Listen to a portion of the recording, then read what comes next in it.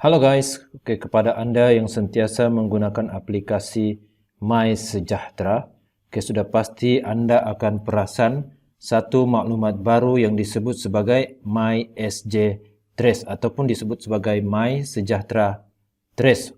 Kalau jika anda dapat lihat dalam aplikasi MySejahtera anda, yang backgroundnya berwarna hitam.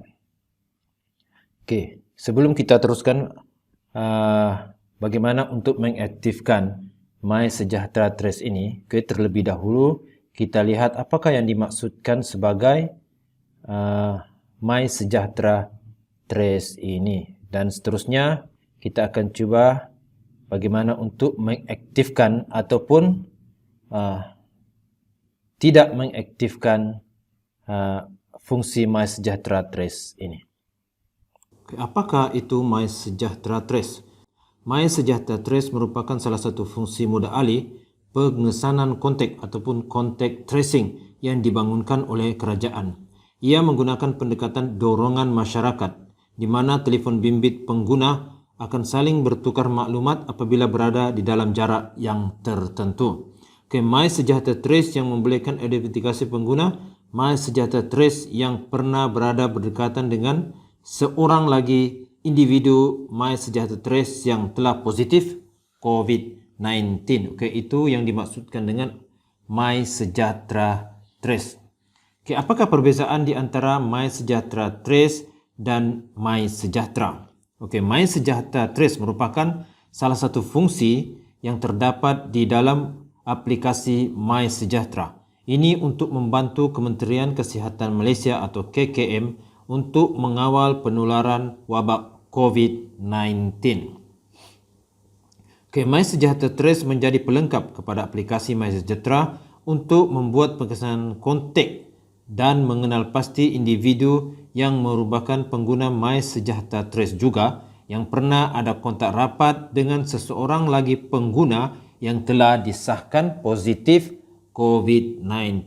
MySejahtera Trace ini untuk mengesan kontak rapat yang pernah dijangkiti oleh COVID-19 di sekitar kita.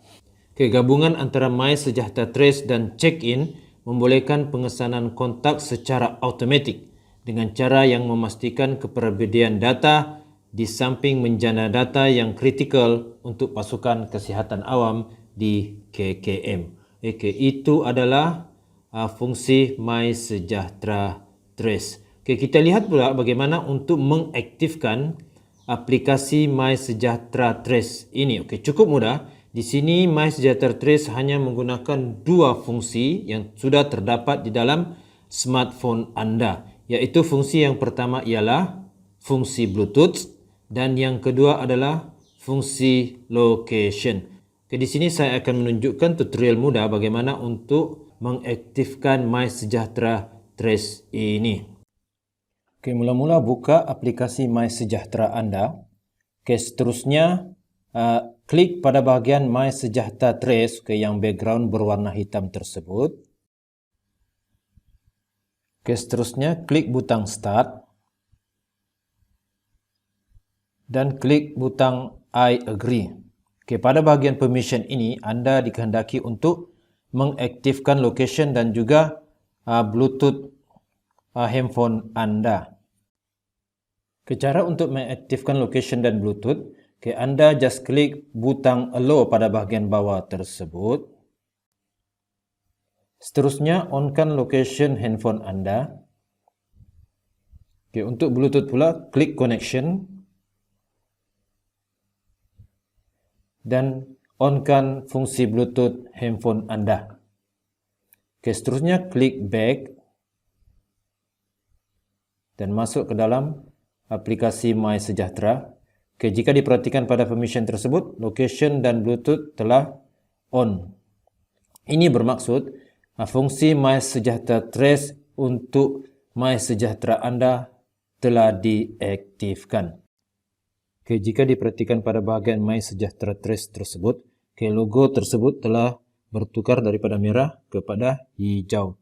Bagaimana pula untuk tidak mengaktifkan fungsi MySejahtera Trace tersebut? Cukup mudah, anda just matikan fungsi Bluetooth dan matikan fungsi location tersebut.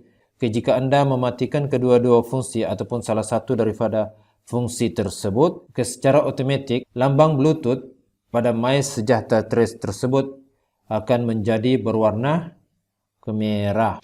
Itu saja cara-cara bagaimana untuk anda mengaktifkan MySejahtera Trace anda.